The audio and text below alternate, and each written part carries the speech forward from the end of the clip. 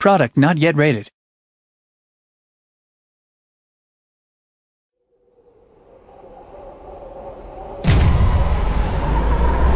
I'm the creative director for Dead Space 3. And I'm the senior audio artist on Dead Space 3. We're going to take a look at our current single-player demo. Hey, Carver, goddammit, give me a hand here! As the demo begins, Isaac Clarke finds himself on a ship called the Eudora, which happens to belong to this guy here who he's handing a welding torch to. The ship has just been nearly obliterated by an attack, and now they're trying to make their way off the ship. Carver, where can I find an EVA suit?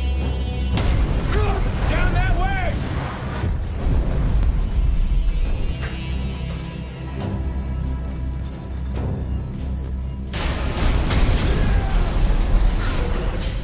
This is a scene I love for audio because there's so much going on, and yet we've still found a way to use subtlety in the scene, even amidst all of the choking, the explosions, and the bombast. There are like shards of glass floating around like a cloud in the environment that signal to the player that, you know, you have to go this way, and yet it's very dangerous to go this way.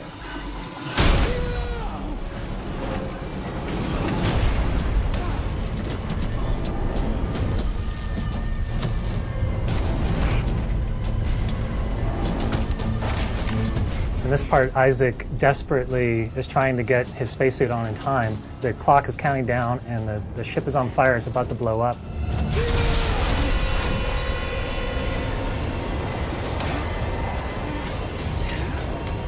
He gets the cabinet open and his helmet goes flying out into outer space. So he knows he only has a minute or something before he's going to suffocate, and he launches himself into space after that helmet, which is his lifeline. And he gets it just in the nick of time as he finds himself in the middle of the Eudora as it's flying to pieces. Guys, okay, I see it. Listen, find something to hang on to.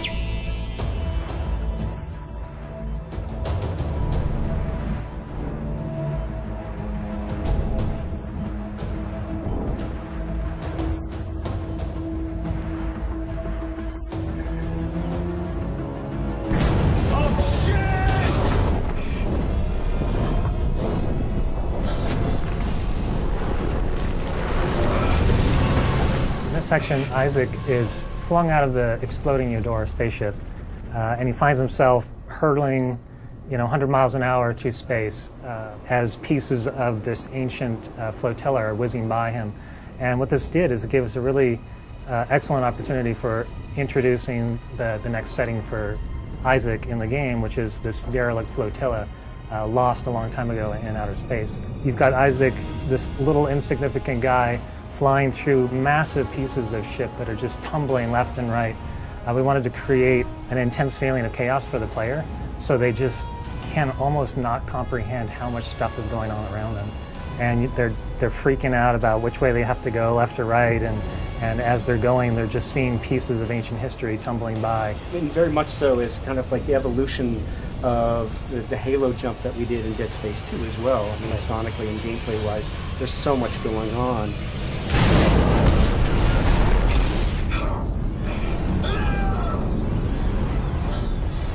We took the environment and created 3 new threats within that environment, and we had to pay off on all of those sonically, making sure that the gameplay was thrilling as could be.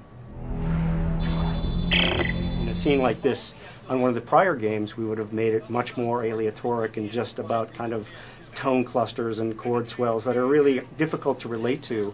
And I think that we're inching towards going towards a more thematic musical approach.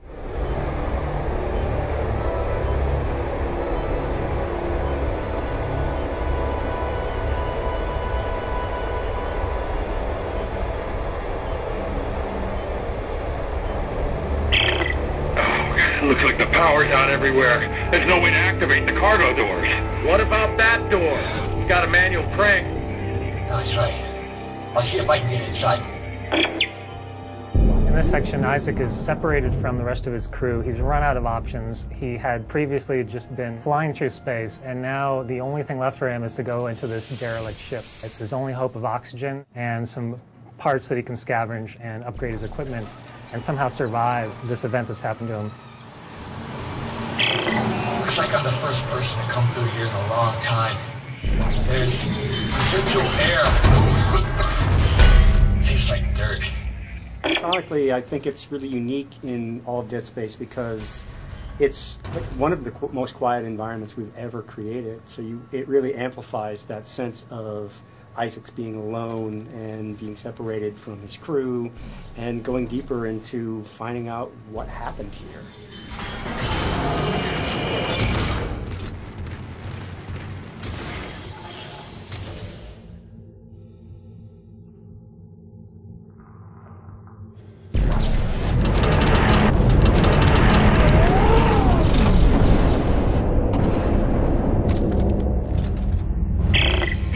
It's getting hard to breathe, sir. How much longer? Yeah, we're working as fast as we can. I don't know, Mark's really pale, sir. I can't stop the bleeding. Hey, Isaac, okay, meet me at the door. I can let you in from this side. Right there, now get in here. Give me a hand. Aye, aye, Captain. Hey, don't get cute.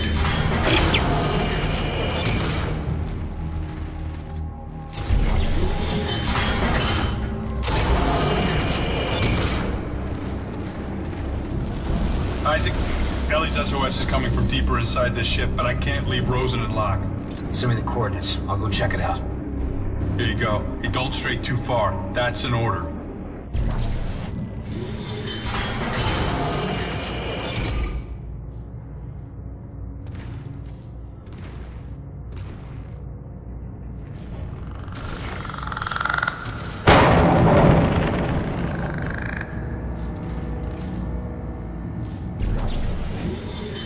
This is my favorite moment right here.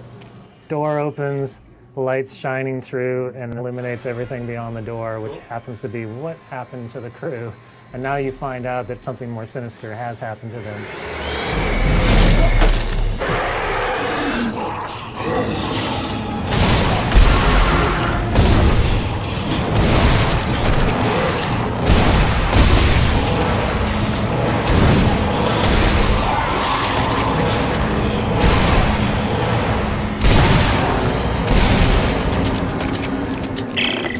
Oh, shit! Holy shit! What? What is it? What's going on? I just got jumped by what's left of the crew. What? No one could have survived out here for that long. They didn't survive.